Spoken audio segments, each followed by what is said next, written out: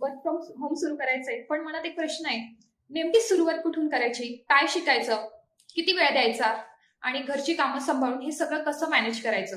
अजून सगळ्यात महत्वाचं म्हणजे आपल्याला खरंच हे जमेल का. तर तुमच्याही मनात असे प्रश्न असतील तर हा व्हिडिओ खास तुमच्यासाठी असणार आहे. माझ्या मागच्या व्हिडिओमध्ये मी तुम्हाला सांगितलं की मी एक हाऊसवाईफ असून वर्क फ्रॉम होम का सुरू केलं, घरच्या जबाबदाऱ्या सांभाळताना स्वतःसाठी काहीतरी करण्याचा मी निर्णय का घेतला याबद्दल आपण बोललो होतो. पण वर्क फ्रॉम होम मध्ये सुरू करताना काय करायचं ठरलं एवढंच पुरेसं आहे का. सुरुवात करण्याआधी काही गोष्टी माहिती असणं आपल्याला तेवढं महत्वाचं असतं.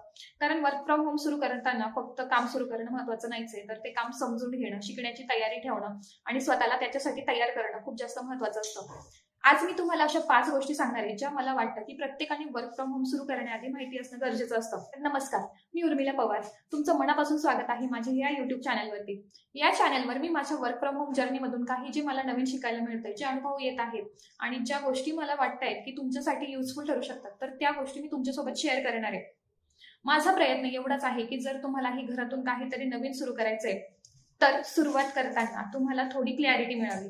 तुम्हाला सगळं आधीपासून येत असण्याची गरज नाही, फक्त शिकण्याची इच्छा आणि स्वतःसाठी काहीतरी करण्याची तयारी असणं महत्वाचं असतं.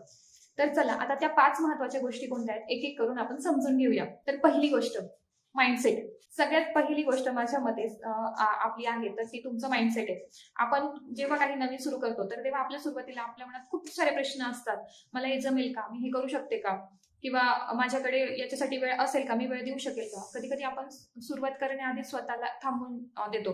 पण एक गोष्ट लक्षात ठेवा, सुरुवातीला सगळं येणं गरजेचं नाहीच आहे. तुम्ही पहिल्यांदा एखादी नवीन गोष्ट शिकता तेव्हा ती लगेच परफेक्ट येते का, नाही ना. पहिल्यांदा थोडं अवघड वाटतं, मग आपण पुन्हा ट्राय करतो, काही चूक झाली तर त्यातून आपण शिकतो आणि हळूहळू कॉन्फिडन्स आपला वाढतो. म्हणून मला हे येत नाही असं म्हणण्याऐवजी मला हे शिकता येईल का, कसं मला अजून शिकता येईल असा विचार करायला हवा. हा छोटासा माइंडसेट चेंज करण्या फरक निर्माण करू शकतो. आणि सगळ्यात महत्वाचं म्हणजे स्वतःची तुलना दुसऱ्यांशी करू नका. कोणीतरी आज जिथे आहे तिथे पोहोचण्यासाठी त्यांनी कधीतरी पहिलं पाऊल उचललेलं असतं. म्हणून तुमची सुरुवात छोटी असली तरी चालेल, पण स्वतःवर विश्वास ठेवून सुरुवात करा. दुसरी महत्वाची गोष्ट म्हणजे योग्य माहिती. तुम्ही जे काम सुरू करणार आहात ते काम आधीच नीट समजून घ्या. फक्त वर्क फ्रॉम होम आहे एवढंच माहिती असणं पुरेसं नाहीच आहे. तुम्हाला समजून घ्यायचं आहे काम नेमकं काय आहे, तुमचा रोल काय आहे, तुम्हाला काय शिकावं लागणार आहे, कशा पद्धतीने काम करायचं आहे. आणि ह्या सगळ्या गोष्टी समजून घेण्यासाठी स्वतःला प्रश्न विचारा, समोरच्याला प्रश्न विचारा. प्रश्न विचारायला अजिबात घाबरायचं नाहीये, कारण जेव्हा आपल्याला आपल्या कामाची क्लॅरिटी असते ना तेव्हा आपण काम करताना कॉन्फिडन्स देखील होतो. आणि एकदम सगळं समजून घेण्याचा प्रेशर सुद्धा घेऊ नका. स्टेप बाय स्टेप सगळ्या गोष्टी शिका. आज एक गोष्ट समजून घ्या, उद्या दुसरी गोष्ट समजून घ्या, हळूहळू सगळं क्लिअर होत जाईल. तिसरी महत्वाची गोष्ट म्हणजे लर्निंग. वर्क फ्रॉम होम मध्ये लर्निंग कधीच थांबत नाही. आज एक नवीन गोष्ट शिकाल तर उद्या दुसरी गोष्ट तुम्ही शिकत असतात. कम्युनिकेशन असो, सोशल मीडिया असो, कंटेंट असो, प्लॅनिंग असो किंवा लोकांशी बोलण्याचा कॉन्फिडन्स असो, प्रत्येक गोष्ट हळूहळू शिकता येते.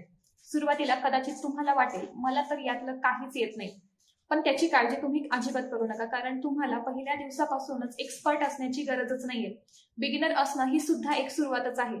दररोज थोडं शिका, जे शिकलं त्याची प्रॅक्टिस करा आणि पुन्हा इम्प्रूव्ह करा.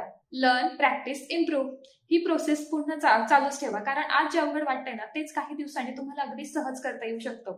चौथी महत्वाची गोष्ट म्हणजे टाइम मॅनेजमेंट. विशेषतः घरातून काम करणाऱ्या महिलांसाठी हा पॉईंट खूप महत्वाचा आहे. घरची कामं, कुटुंब, दैनंदिन जबाबदाऱ्या आणि त्याचसोबत स्वतःसाठी काहीतरी करणं, हे सगळं मॅनेज करणं सुरुवातीला थोडंसं चॅलेंजिंग वाटू शकतं.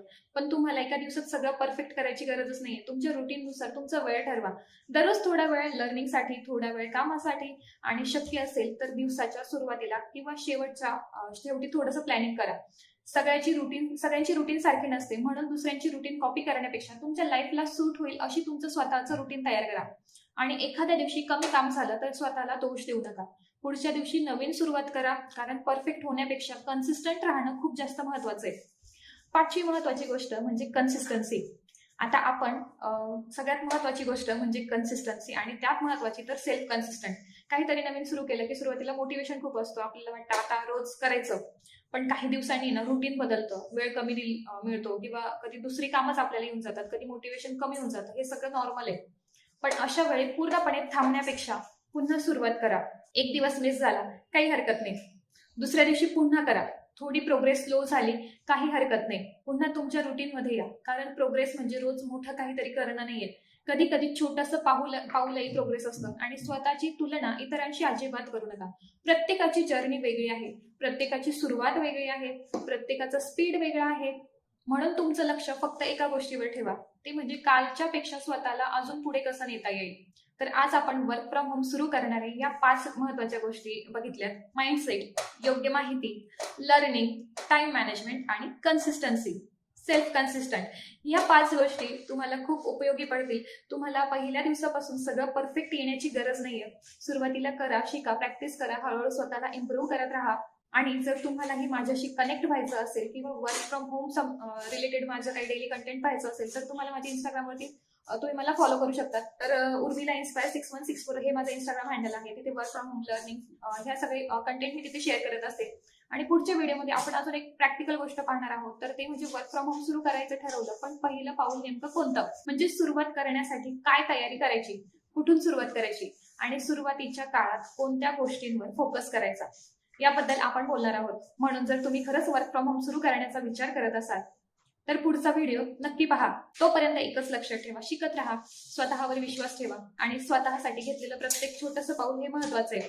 कारण छोट्या बदलाची सुरुवात नेहमी छोट्याशा पावलानेच होत असते. पुन्हा भेटूया पुढच्या व्हिडिओमध्ये.